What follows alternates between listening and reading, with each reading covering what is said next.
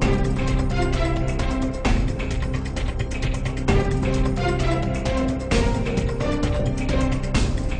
I'm Elizabeth Vargas, and this is 2020 in Touch. And here's a look at what we're working on for this week's 2020.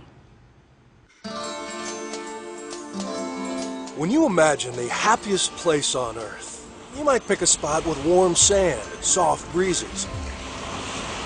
A sun-kissed vineyard, perhaps, or a Mediterranean village.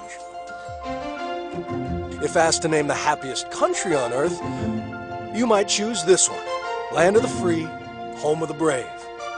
But when you let go of patriotic pride and travel brochure fantasy, when you use social science, a paradise like Fiji ranks more than 50 spots below Iceland.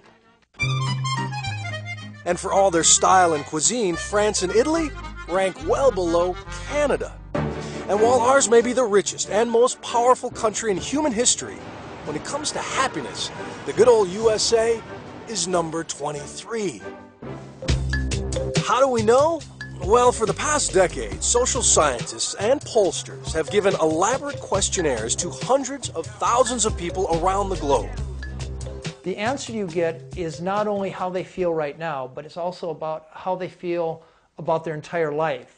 Dan Buettner is the founder of Blue Zones, a project that studies happiness and longevity around the world.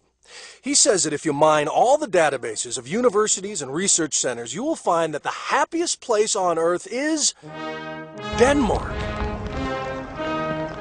Cold, dreary, unspectacular Denmark, where stoic locals wear sensible shoes and snack on herring sandwiches.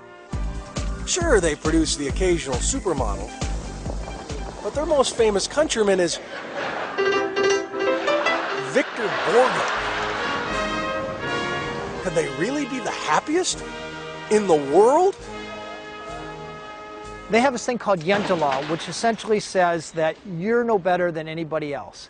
A garbage man can live in a middle-class neighborhood and hold his head high. Well, let's find a garbage man. On a scale of 1 to 10, how happy are you? 8. His name is Jan, and he says he took this job because he only has to work 5 hours in the morning, and then spends the rest of the day with family or coaching his daughter's handball team. Danes really love handball. But Jan also says he really loves being a garbage man, and no one judges his choice of career. When we come and say hello, that makes other people happy. And the smile is a good thing. The old ladies give us a little cup of coffee.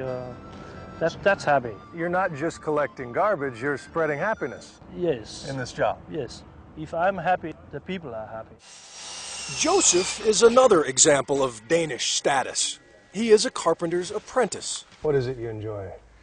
I think it's the thing about building something. When you work the whole day and you can see what you've done. On weekends, he likes to fish and hunt and play with his new puppy. Oh, and that castle over there? That belongs to his family. He also happens to be a prince. So who is this handsome gentleman?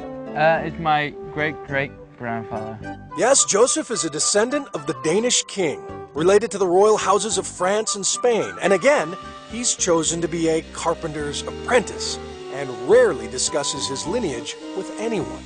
You couldn't ask for a greater opening line with the ladies than, I'm royalty. Don't you ever use that? No, never. Come on. Well, that's wasted, man. I know, a lot of people say that. It's better if they found out themselves, then it works even better.